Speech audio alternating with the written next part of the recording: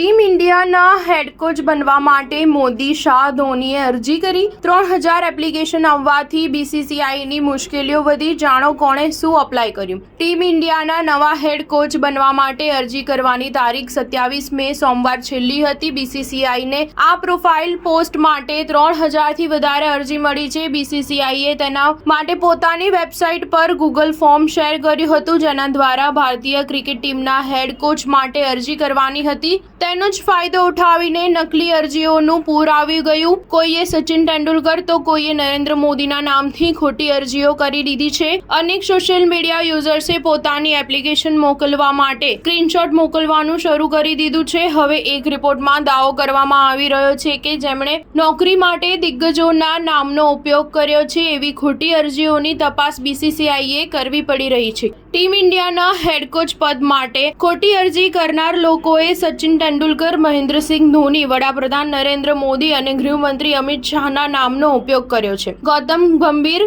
VVS Laxman, Justin Langer, Ricky Ponting, Stephen Fleming બીસીસીઆઈના radar પર હોવાના અહેવાલ છે। જો કે હાલમાં જ બીસીસીઆઈ સચિવ જય શાહે આ રિપોર્ટનું ખંડન કર્યું હતું, જેમાં દાવો કરવામાં આવ્યો હતો કે બીસીસીઆઈની પોન્ટિંગ સાથે હેડ કોચ માટે ચર્ચા થઈ હતી।